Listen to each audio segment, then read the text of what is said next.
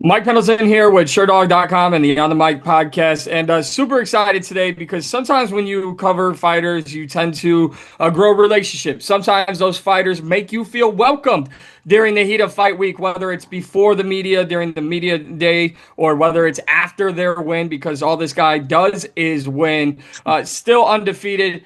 Back inside the PFL Smart Cage at PFL Pittsburgh on March 28th, the one and only Alexei. Alexei, before I even ask you how you're doing, I have a bone to pick with you, sir. What is it? What do we got? So you make me feel all like warm and fuzzy. You see me after your last fight in the press room. You gave me like a little nod. I was like, wow, someone's actually happy that I'm here. Most people in the building were not. So that felt really good. But then you go viral. And I know you're like a social media star by calling everyone and saying goodnight, all your teammates. And I get it, it's a teammate thing. But Alexei, I don't want to speak for you, but does your favorite media guy not get a goodnight call? I mean, what are we doing here? Listen, man, the only reason I didn't give you a call is because I didn't have your number. So maybe you give me your number. Maybe next time you'll get a call. I'll wish you a good night, man. Don't worry. I have to say that the one thing I've loved, and the reason I bring that up to have not only make light of it, is that I've seen you come into your own as a fighter. And having had the opportunity to cover your career very early since you've gotten started with the PFL, it's so cool to see you progress in the smart cage. So great to see you progress in the media, and then on the other side, in what matters in sports and entertainment that these days is social media. So yeah, it's a fun little skit. Who cares, right? But how much fun are you having showing the world like your true personality? No, it's awesome. Like I started realizing like the more like and I'm trying to really help my teammates and just help people like just watching my videos in general. Like I'm telling them, hey guys, just start posting. Like no matter what it is, like have fun with it. Find your own niche, find your own content. Like especially as a fighter, I feel like that is one of the most important things nowadays because that at the end of the day, that's what people want to see. People want to see, oh well, I've watched this guy for 2 years on TikTok. I've been following him for 2 years on TikTok. Now he's fighting on ESPN. I gotta go tune in. I gotta buy a ticket, and it's just an advantage just in general. And then on top of that, I'm helping inspire the younger generation coming up in the martial arts world. I get thousands of DMs, always asking me, how do you do this? What can I do to start my martial arts journey? And it's just awesome, man. It's so just like a win-win for everybody, and I enjoy doing it.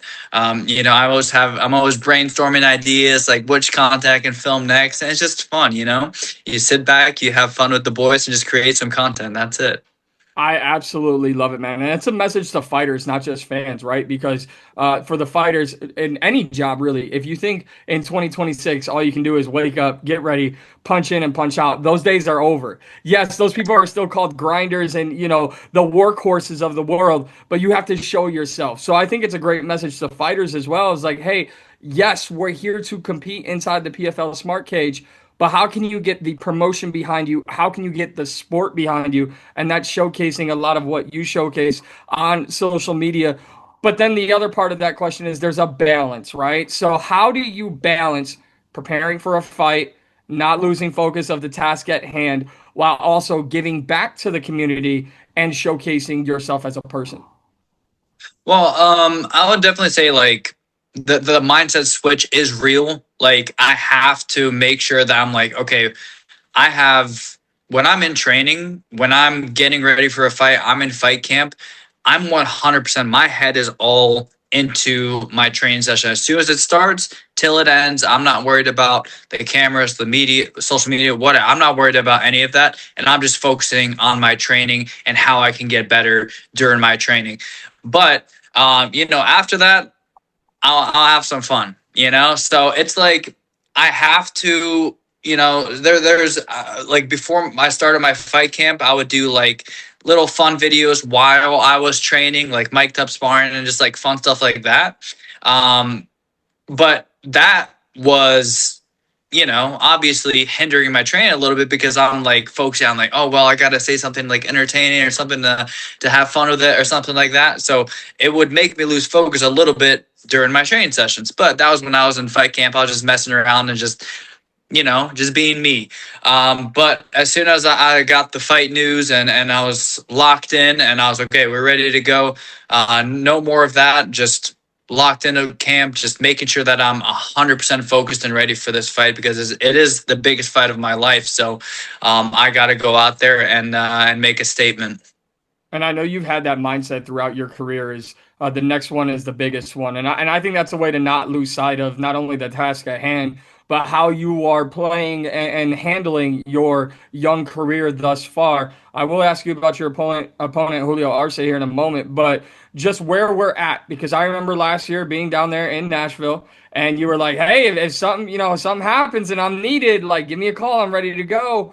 But then also in the same breath, you were like, but if it's not necessary, I'm not going to force it. And I say this to you every single time. The thing I love talking about or talking to you the most is because not only are you a great fighter, but you have one of the best mindsets in the sport. Now that the tournament is gone, rankings are out, every event, every fight matters to an extremely high level. How are you looking at 2026, getting your first fight in the middle of March? I'm actually, to me, it didn't bother me at all about the tournament being gone or whatever. It was almost like, I feel like it's almost a good thing for the promotion itself. And I feel like the promotion is just making a lot of great decisions coming into 2026. I'm a fan of this new style. I think it's going to be great. I think it's going to be so much more shows, and it's going to be so much more consistent shows. We can fight year round instead of having that layoff that we had from the PFL season. So I'm really excited for that, just to get more active and seeing other fighters get more active. That would be amazing. But yeah, for me, I since I think 2023, 2024, I was telling everybody, I was saying in 2026, I'm going to be in the tournament. That's what I was telling everyone. And I was projected to be in the tournament in 2026. So I manifested this all the way through. But regardless, even tournament or not, I knew I was going to have a tough fight in 2026, a big step up. And I feel like Julio Arce, that is one of the biggest step ups I can make for my first fight in 2026. So I've been manifesting and preparing myself for this exact moment, and I'm ready to go, man. I'm so excited. While you don't have a tournament format, I think the rankings provides almost a blueprint and a roadmap to how fighters, if they want that approach, which I know you do, is give me the biggest challenge and then the next biggest challenge. And Julio Arce presents that. As you mentioned, you guys will square off in the Smart Cage on March 28th. I can hear the excitement and the motivation and really the focus in your voice when you see the name and then you go in and you start preparing and you get into camp. What does Julio Arce's name and career do for you, Alexei, in terms of your preparation towards this fight? I mean, everyone's a human being. I always look at it that way. Everyone's human. I know he's a great, solid fighter. He's well-rounded everywhere. He's fought my teammates before. He's actually going to be, he's fought one of my coaches that I'm bringing with me, Herbert Burns. And, he's, a couple of my teammates know him. He's very well known. He's been in the game for such a long time. But to be honest, big names, just names in general, they don't scare me or intimidate me or anything, because I've been training with the biggest names for so many years at this point, where it's like, I know that all these bigger fighters that we look up to, they're just normal people who just been putting in the work and being consistent at what they love. And I know my skills, even though I'm a younger up-and-coming fighter. I've had so much experience in the amateurs. And, I'm just, like I said, I'm so excited for this fight. And having someone come in here and really be able to test my skills, it almost gives me that excitement. I'm like, yes, finally. It's almost worse where I'm coming into a fight. I'm like, oh man, well, I got to show out this fight because this guy is not, I feel like I'm levels ahead of this guy and I'm way better. I'm like, I got to do something magnificent to win this fight, whatever. I'm not saying that I'm not coming to this fight to do something magnificent, but I'm coming into this fight like, I love that this guy is going to be able to challenge me in all aspects. That gives me that excitement that this is going to be a good fight. And I think, honestly, non-biased, I think this is going to be one of the best fights on the card. You're going to see a lot of technique. You're going to see two extremely well-rounded guys coming in there. and just trading their skills. It's going to be a hell of a night, man. I cannot wait. Yeah, Pittsburgh's definitely getting a show, which a city like Pittsburgh needs, given the status of their sports team. So it's very, very good for this city to have the PFL in town, have you on that fight card as well. But, I just hear a sense of like maturity. And you're right, right? Like when you have the fighters on your resume where you feel like I've got to show out to really show where I'm at. I believe, and I don't want to speak for you, that a Julio Arce matchup validates just how damn good you are and how damn good you've become. So when you look at that, it can only go up from here without looking past Julio. How do you plan to use March 28th as a way to show, hey, the tournament might be gone, but I manifested 2026 to be a big year for me. It starts with Julio, and I'll take it from there. This is just my start to a title run, and it's almost in my hands of how quick I want to get there. Maybe it does put a little bit of pressure on me, but I'm ready for it. I think that, I go out there and I get a spectacular win against a UFC vet that's been, in the MMA game, that's a well-known name.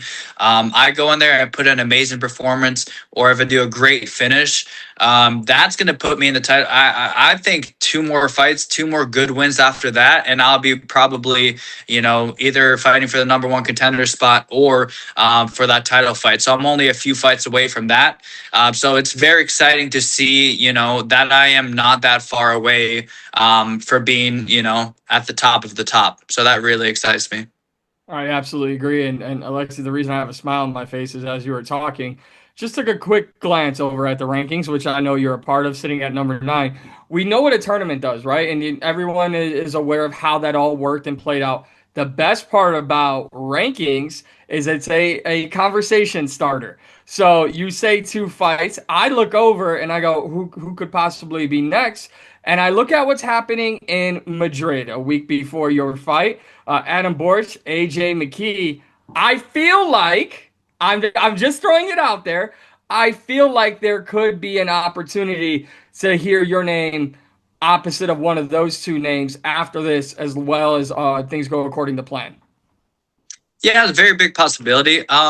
It would be strange fighting Adam because I've been training with him for so long. So that'd be a strange matchup. But I mean, hey, I'll fight anybody. But Adam Borix is my boy. But yeah, no, I feel like they would definitely want to test me. PFL would probably want to test me against one of the brighter prospects, probably one of the younger ones, maybe someone like Alexei or Judo. I've trained with him before too, which is, we both follow each other on Instagram. Like, we track each other's careers, and he's a really talented fighter. But maybe they'd want to test, someone like me against, I think he's number 7, number 8 or something like that. Yeah, Judo. number 8. Yeah. Right. Yep. Yeah, so he's a very talented, young, up-and-coming fighter. So I think that would be a really exciting matchup. And then, there's just so much more guys in there that just, like, the featherweight division is actually stacked. Like, there's so much good prospects. You got Jesus Pinedo, insane, great striker. The guy that just beat Jesus Pinedo, that new guy that came out of nowhere. There's just so much exciting matchups that I think can happen. And I'm just so excited for this year, man. I cannot wait to get this started. I love it, and I can see it on your face as well. Listen, I was just trying to catapult you into the top 5 immediately, right after this fight. I wanted you to start April. I know your birthday's in May, so I just wanted you to be in the top 5 by the time your birthday comes around, because I think you're well on your way, man. And I know I've asked this before about your thought process and your maturity and all that, but now have you had, like, maybe coming into this year, have you finally had that conversation in the mirror or to yourself where it's like, hey, I'm here now. It's not just I'm the undefeated, young and upcoming prospect with a ton of potential and a ton of talent. I'm now getting booked against the likes of the Julio Arces. I'm now in the top 10. I believe in myself, but now it's time to show the world and the PFL why all this self-belief is here. Have you had that moment of reflection of, like, not that it hasn't been time to go already, but now it's really time to go? 100%. I mean, like I said, I've been manifesting this since like 2024, saying that this year is going to be my year where I'm going to have that tough matchup, where I'm going to be ready to step up and face, anyone. And that, I think that was the biggest mindset shift was I will fight anyone. I don't care. Give me anyone. I'm ready, you know? And I think that mindset, like when I made that switch in that mindset, it just gave me so much more confidence. Like I really do not care who I fight.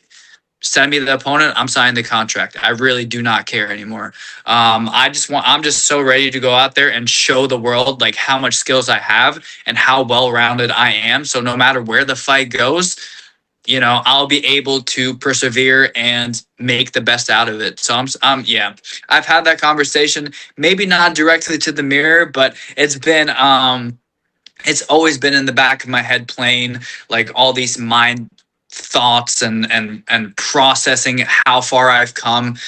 And yeah, man, wow, I'm so excited. I love it, man. You're just making me more excited. You should make everyone who's watching this more excited because the PFL Pittsburgh card is stacked. For those who are in attendance, and unfortunately I will not be, but for those who are in attendance, what is Pittsburgh getting? And at the end of the day, what do you expect from Julio in this fight? Expect a very, very technical fight from both of us. I think he's going to come out there with a very calculated approach. Just seeing, you know, the way he fights, he seems like to be a guy that, first off, like I said, well-rounded, and second off, he has a good fight IQ. So he knows how to win, even if that doesn't mean going and chasing a finish. So I feel like he's going to try to win. That's going to be his biggest goal, just no matter, like, not necessarily go out there and prove a point.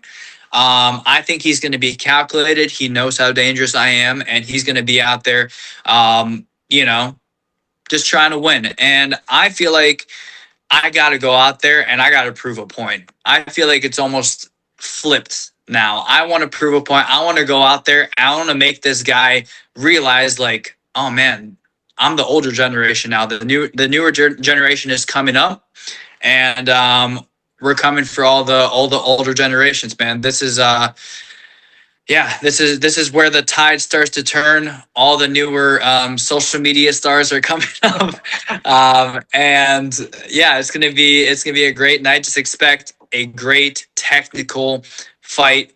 You know, great for fight fans. Maybe not like a BMF Justin Gaethje type of fight, but it'll be for the real MMA fans. It'll be a great one. And that's what you're here for. That's what the PFL is here for. That's what you guys all deliver on. And you will be inside the Smart Cage on March 28th. Now, the last thing, I mean, I'll be waiting for the call after the fight. Like, I know you're in camp. I know the fight's right around the corner, so I'm not going to be selfish or anything. But after the fight, I mean, someone's got to care about their favorite MMA media guy at some point. And I'm just saying. Alexei, thank you so much, man. In all seriousness, all jokes aside, I'm super excited to see you back in there. I love watching your career, man, and it's truly been an honor to have the opportunity to cover it for many steps along the way that I have been.